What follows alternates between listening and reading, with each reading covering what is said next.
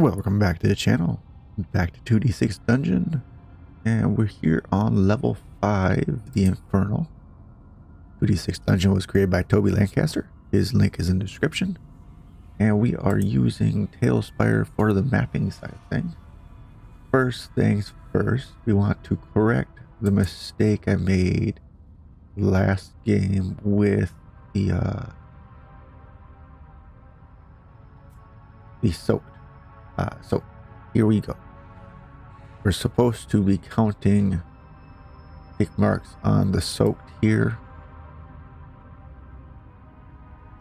for each room instead of taking damage for each room, and then after that gets filled up we start taking damage. So we were soaked back here in this room. That's 1. There's 2. There's 3. There's 4. There's 5. And then here's 6. We should have 6 tick marks on our soaked meter, which means I also get 6 hit points back. 5 hit points back, because I didn't take damage the first one. 5 hit points back and 6 marks on our meter. Now, with that fixed, we can fix our health. 5 hit points back on us, so we should be back to 40. Character also at 40. Alright, now we want to get dry. We can either continue into the next room and hope there's something there to work with, or we can backtrack a bit.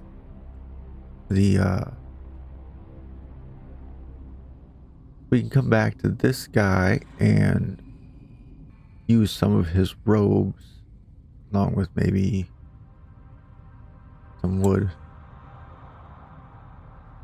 back in here to reignite this, and then we can get dry. We'll end up taking some damage. We'll have to go 1, 2, and then we'll take damage 1, 2, 3 points of damage to get back here and get. I think that's the plan. I think that's what we're gonna do. We'll stop and get that. While we're in here, we'll check for a patrol, I think, because I'm going to get some extra wood from some of the tables as well.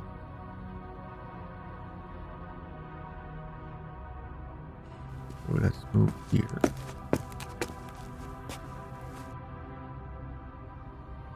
And while we're here, we'll check for patrol, because we're going to be tearing some cloth and breaking a leg off of a table, which will make some noise.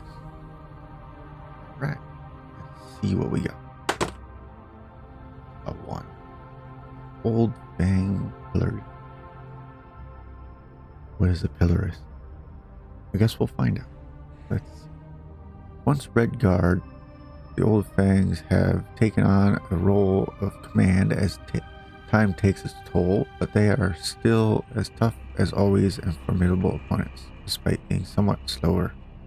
They have a heavy swing and a glancing blow. They have breastplate on primary 5s and 6s, -2, forearm block on secondary 2s and -1 damage. Our swooping spin is a secondary 2.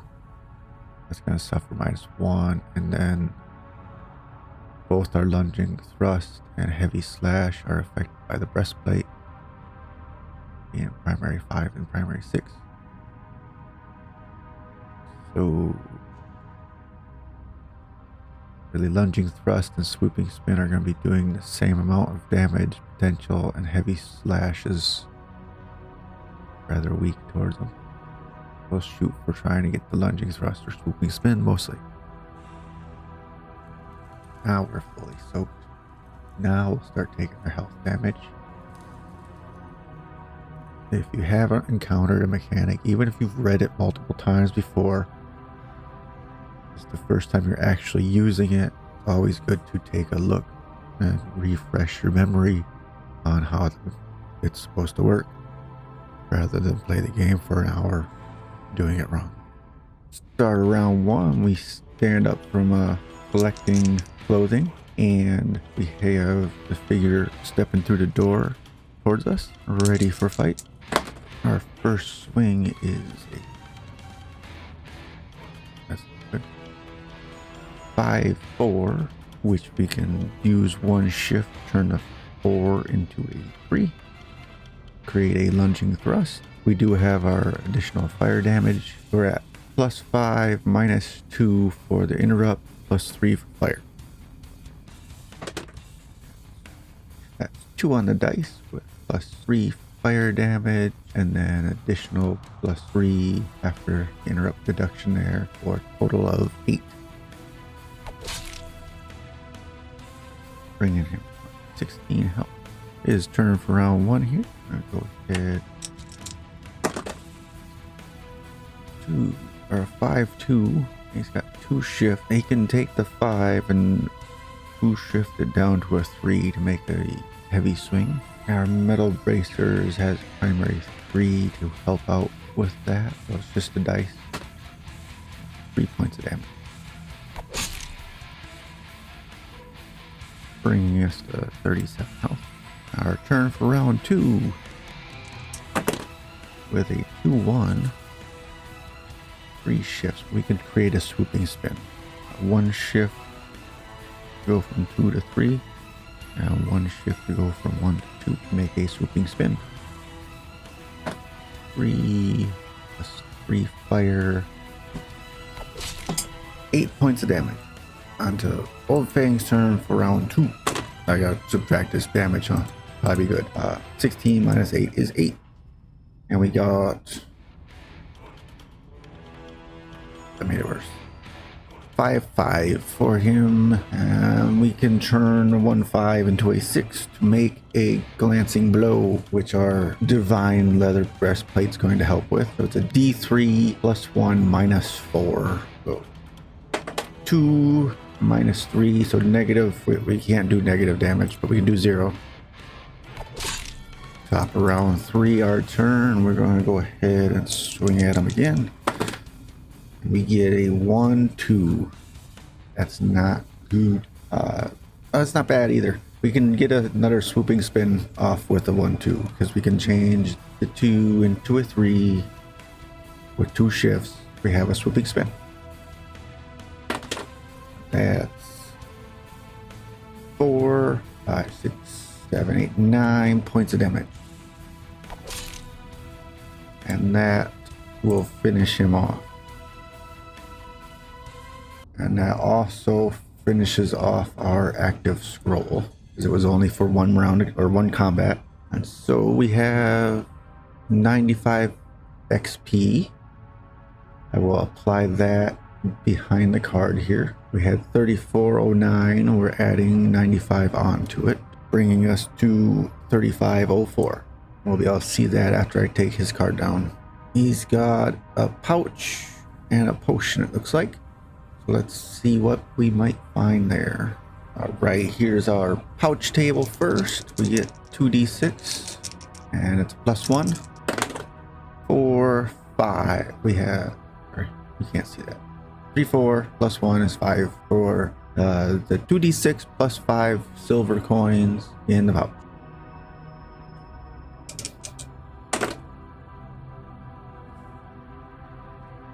+5 to 10. 10 silver in the pouch. Let's add that to our sheet.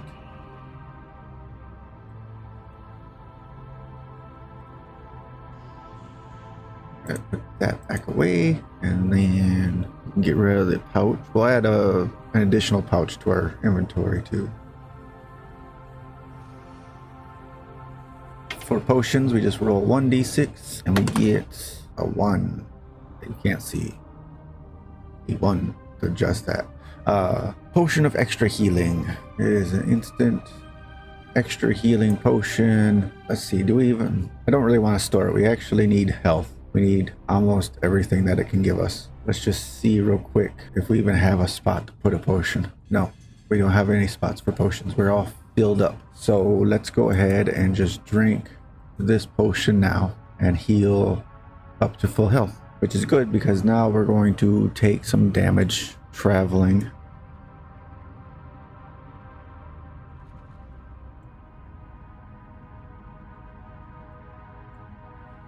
We have 1, 2, 3, 4 points of damage, bringing us down to 56. And we're able to light this. Light this fire up using the materials from his robes and a little bit of wood from the tables and get dry. Let's remove our soaked, no longer wet. Now that we're clear of that, our combat for our scroll is done and we're way back here. Now we do have another door this way. We have not even checked yet. Other than that, there was a door in this room, an archway here, and then 3 doors there, which these most likely connect. And hopefully there's a room that goes off this way, or that's just dead space.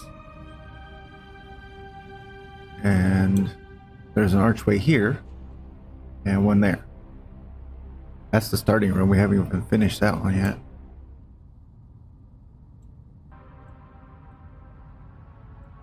But we're pretty close to the edge here too. Let's go out this way.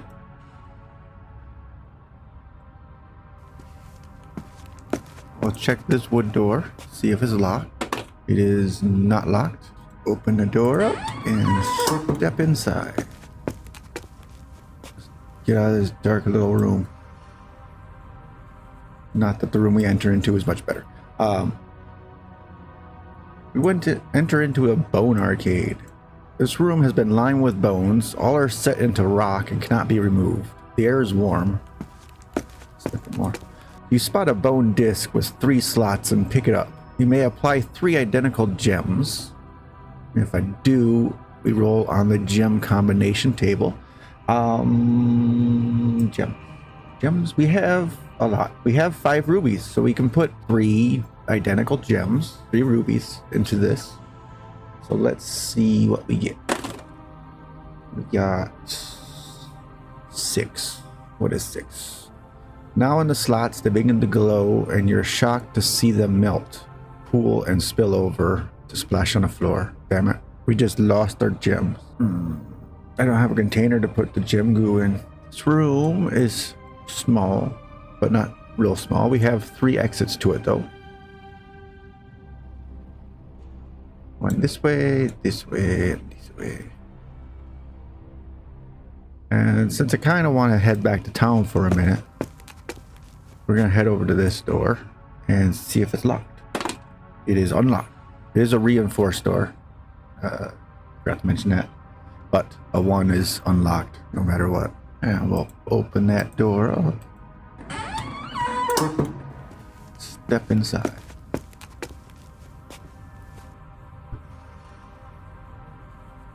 We have a Psyche glass house.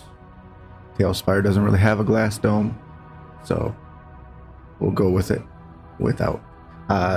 There's a dome of glass in the middle of the room. It has an archway, and 4 pillows are placed within. There's a figure meditating in the space. It is an Efflux Crear. They jump up and attack. The random doors that I got was reinforced, all locked, so I don't even have to check them. They already are locked. But we are also touching the outside wall, so hopefully we can find a way to town for a minute before we have to deal with the doors.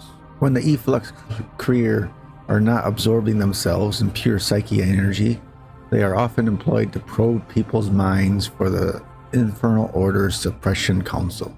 Their maneuvers are a mental blast, 1-2, and a static charge, 3-3, and our metal bracers will help with the static charge, but that is all. Their interrupts are a psychic shield, primary 4s and 5s, which affects our lunging thrust, and sudden fear on secondary 6s, which we don't have one. Top of round 1, our turn. Here we go. Let's throw an axe at her. Let's throw the axe +2 at her. We have a 5-1. A throwing axe is 6 points of damage, with the +2 would be 8 points of damage. We have a primary 1 and a secondary 5, which is neither one of their interrupts, so they're taking the full 8 points of damage.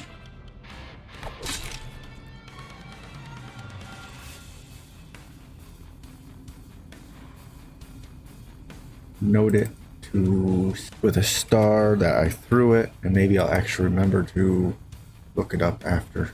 Now we get to do a regular attack for combat round. Well, we have a 2-4, 2-4. We have 3 shifts. With 3 shifts, we can take and change the 2 into a 3 and the 4 into a 2, creating a swooping spin. Nice. Dealing 10 points of damage. Bring her to 10 hit points right away. It's her turn to strike back. Oh, that's just wrong. She is not happy with us at all. For the critical or prime attack roll, a wave of fire erupts from the temple of the Efflux Crear, engulfing you. Lose 2d6 hit point. Kind of like the picture. We made her angry, doing 6 points of damage to us.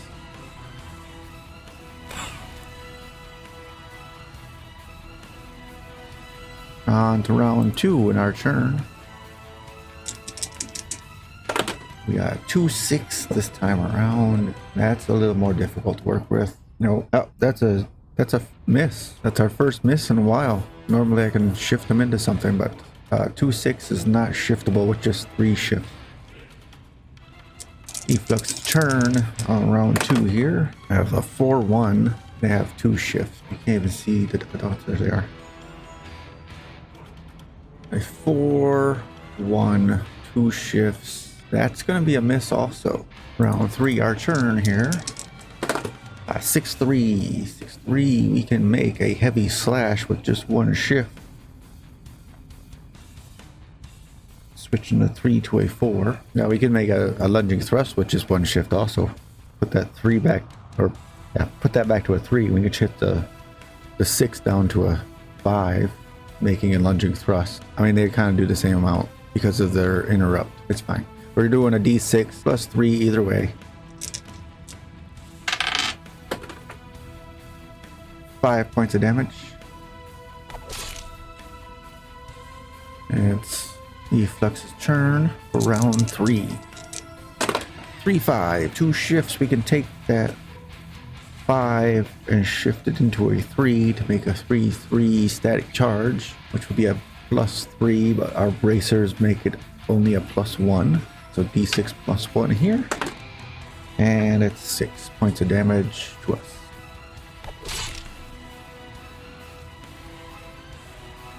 Bringing us down to 44 health. Top of round 4, our turn. We have our additional shift. So we have 4 shifts now. With a 4-4 and 4 shifts, we can make a swooping spin, which will give us the most damage possible out of our maneuvers. So it would be two shifts there and only 1 shift here for a swooping spin. And that's going to be a 5 plus 4 for 9 points of damage. And that puts an end to the Efflux. Now we get 500 points of experience. Fix that right now, bringing us up to 4,004 XP. I know it's hiding behind the Efflux's card, but you'll see it afterwards. I did put that on. Efflux has a religious pouch, it looks like. So let's see what we get off this table. 10. There is a large, medium quality ruby and 2 large or low quality emeralds in the pouch, alongside 2d6 plus 30 gold. 39 gold pieces. Let's throw that on the sheet real quick. Get that done with. And oh wait, the emeralds. So we have 1, 1 ruby to replace one of the 3 rubies we lost, and then a low quality or 2 low quality emeralds. Okay. And we get 1 extra pouch here. 5 pouches. Alright. Let's put her away. Let's see if we can find a way out. We are touching the wall with 3 exit or 3 blocks here. So that's 3 dice. If any of them are a 6, we found a way out. We have 1 way out. We find something in the wall that kind of shifts and opens and lets us through. We're able to crawl out and go back to town. I think rather than spend a whole bunch of time recording, wandering around town, I'm just going to do town stuff off camera. I will be buying some rations because I am down to just 1. We will get fully healed. We'll sell a few things off. That'll be it. And we'll pick up here.